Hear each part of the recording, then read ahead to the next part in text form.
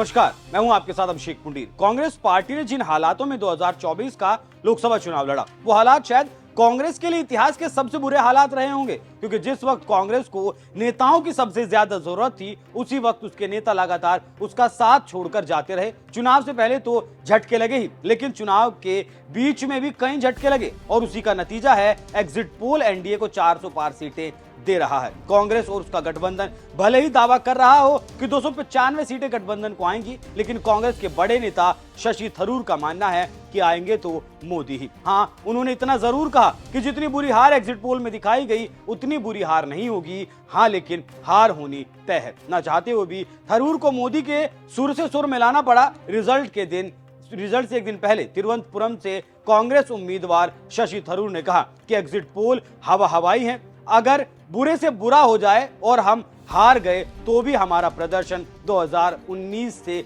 काफी बेहतर रहेगा, मतलब 52 सीटों से ज्यादा वो जीत सकते हैं। एक मीडिया संस्थान से बात करते हुए थरूर ने कहा कि एग्जिट पोल के आंकड़े चौंकाने वाले लगते हैं। पोल में दिखाए गए आंकड़ों का जमीन में जनता की प्रतिक्रियाओं से कोई संबंध नहीं है। थरूर ने अपनी बात पर रफू करने की भरपूर कोशिश की, लेकिन जो सच था वो बाहर निकल ही गया। मान ही लिया कि प्रधानमंत्री तो मोदी ही बन रहे हैं। थरूर ने आगे कहा कि इस बार चुनाव में मतदाताओं के लिए ये सोचने का समय था कि क्या उन्हें या उनके परिवारों को भाजपा के 10 साल के शासन से किसी भी तरह का लाभ मिला है। जब हमने लोगों से बात की तो पता लगा कि लोगों ने अपनी नौकरी, आय की स्थिति या जीवन शैली के संबंध में कोई सुधार नहीं पाया। हमने अपने मैनिफेस्टो में 5 न्याय के साथ साथ एक मजबूत संदेश दिया। संदेश ये कि हमें बेरोजगारी, आय में गिरावट और महंगाई की लंबे समय से चली आ रही समस्याओं को दूर करने के लिए काम करने हैं। थरूर साहब ने भर भर कर रफू करने की कोशिश की, जनता को बरगलाने की कोशिश की,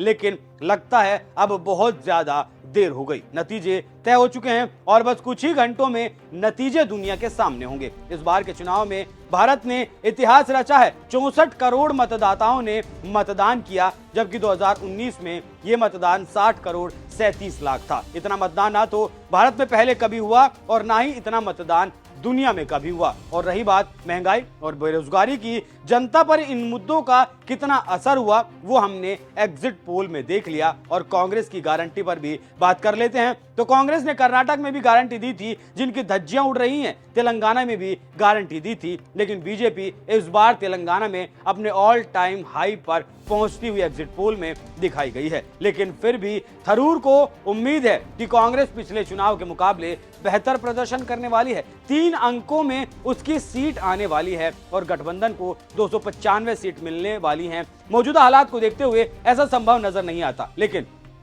जब तक नतीजे नहीं आ जाते तब तक सबके अनुमान मानने पड़ेंगे। और अगर कांग्रेस की बात मानते हैं तो फिर एग्जिट पोल पूरी तरीके से गलत साबित होने वाले हैं। तो शशि थरूर की बात का लब्बो-लुबाब यही निकलता है कि थरूर मानते हैं कि कांग्रेस हार रही है, लेकिन इतनी बुरी तरह नहीं हार रही जितना बुरी तरीके से हार उसकी एग्जिट पोल में दिखाई गई। वहीं इस बात का एक और पहलू भी है और वो पहलू है बगावत का। एक बार पहले भी हम थरूर और गांधी परिवार के बीच बगावत के सुर पनपते हुए देख चुके हैं, जब कांग्रेस के अध्यक्ष का चुनाव होना था। थरूर चाहते थे कि वो अध्यक्ष बने, लेकिन कांग्रेस ने अपनी सारी मशीनरी लगाकर खड़गे को अध्यक्ष बनाया। तो सभी से कांग्रेस और थरूर के बीच तभी से सब कुछ ठीक नहीं है। उसके बाद थरूर कई बार मोदी के काम की तारीफ भी कर चुके हैं और अब जो बयान थरूर ने दिया है, क्या उसके बाद कहा जा सकता है कि अब कांग्रेस में फूट पड़ने वाली है? क्योंकि जो जवाब थरूर ने दिया है उसके बाद राहुल खींच तो जरूर थरूर पर निकालने वाले हैं, क्योंकि थरूर ने राहुल को करंट जो ऐसा दिया है, वैसे जिस तरह से थरूर ने कहा